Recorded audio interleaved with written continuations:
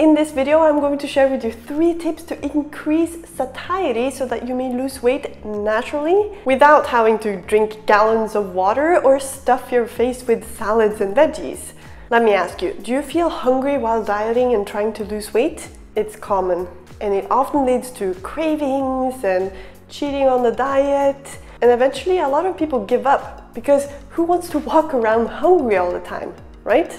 Listen, I'm not here to tell you to drink 5 cups of water before or during your meals, and I'm not going to tell you to eat lots and lots of veggies and salads. I'm sure you've heard people tout about filling your plate with fiber-rich foods to increase satiety, though actually sometimes eating salad can even lead to eating more calories.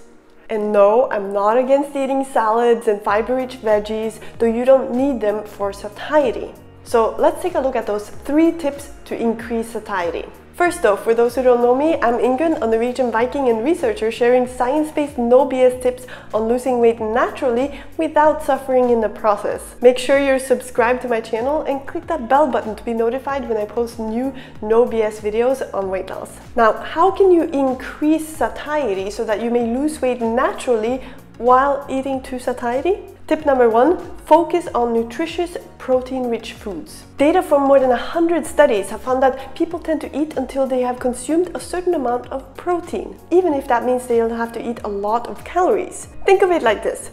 Your body wants a certain amount of protein to function optimally. Let's say your diet doesn't contain much protein at all. For your body to get that desired amount of protein, you would have to eat a lot of food. Though if your diet was high in protein, you wouldn't have to eat as much food in order to get the same amount of protein. And that's what people tend to do. We naturally end up eating a lot if our diet is low in protein, and we naturally end up eating less if our diet is higher in protein. This graph illustrates that quite well. I know it looks complicated, though I'll just explain in a very simple way here. The red is where people ate the most calories, and the blue is where people ate the fewest calories. And as you can see, people ate more calories if the diet was low in protein and fewer calories if the diet was high in protein. So simply focusing your diet on more protein-rich foods is a way to increase satiety naturally. Now, where the protein comes from matters. What I like to say is to eat real protein. What I mean by that is that it's a natural source of protein. It contains all amino acids in the right ratios. It's easy to digest, it's low in anti-nutrients, and it's nutritious, not just in protein, but other nutrients as well. Some examples would be seafood, eggs,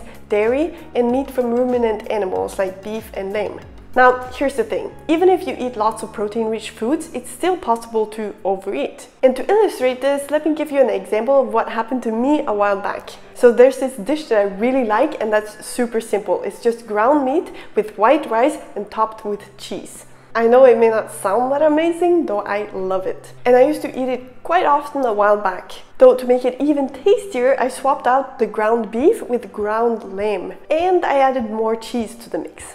And because of this, I actually ended up eating a lot more altogether. Now, do you see what happened? Do you see why I ended up eating a lot more? The ground lamb contained a lot more fat than the ground beef I had been using earlier. And the extra cheese added a lot more fat as well. Now, fat alone won't necessarily make you want to eat a lot more, though high carb plus high fat foods together can be very tasty and difficult not to overeat. And in this specific case, I did exactly that. I combined some high fat with high carb, and it was so super tasty that it was difficult not to eat more and more and more, basically overriding my satiety. And I don't know if you've noticed, though, if you eat until you're full, until you're satiated, you still seem to have space for just one more fries, and another one, right?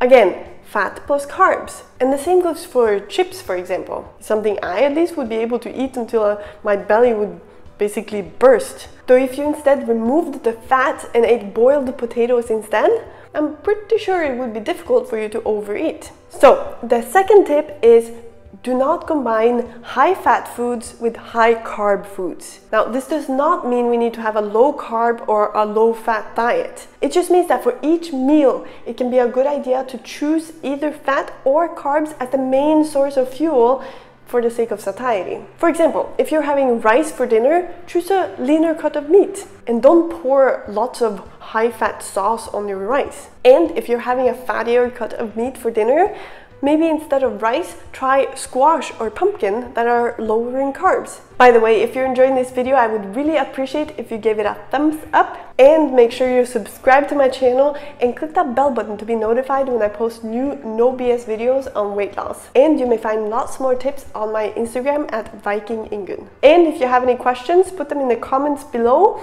or even DM me on Instagram. Now, the third tip is one that I think you're going to like, even though it may seem a bit counterintuitive for weight loss. Here it is. Make sure you eat enough.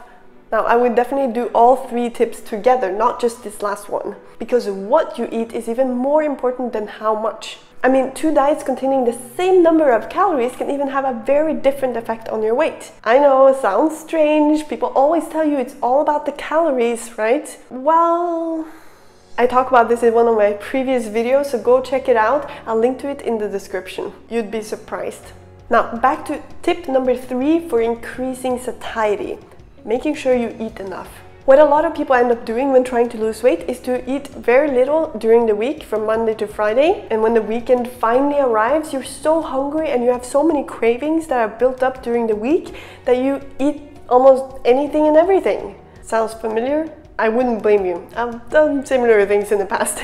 The thing is, we often think that we need to eat very little in order to lose weight, especially if we're not seeing the results we'd like.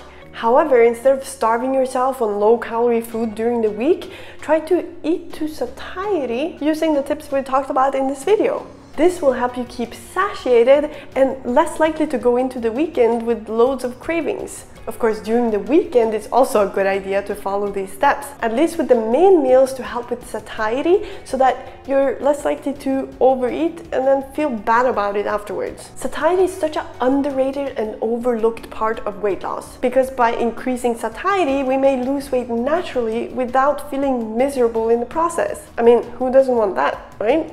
Though instead we're led to believe that if we can't stick with a diet, it's because of us. It's because we lack willpower to stick it out, even though we're hungry and we don't even like the foods that we're supposed to be eating. And then to help with hunger, we're often told to jug down loads of water before and during our meal, and to eat loads and loads of fiber-rich foods to basically bulk up our meals. And common side effects of doing that is to get gut issues and bloating, and it can even decrease the amount of nutrients your body absorbs from the food. Again, I'm not saying you shouldn't eat any salads and veggies, though it's not necessary for satiety, and a lot of people don't do well eating a lot of it. Anyway, it does take effort and determination to lose weight, though it doesn't need to be a miserable process. You don't need to starve yourself to lose weight. If you'd like to know step-by-step how to lose weight while eating to satiety, including a full science-based food list,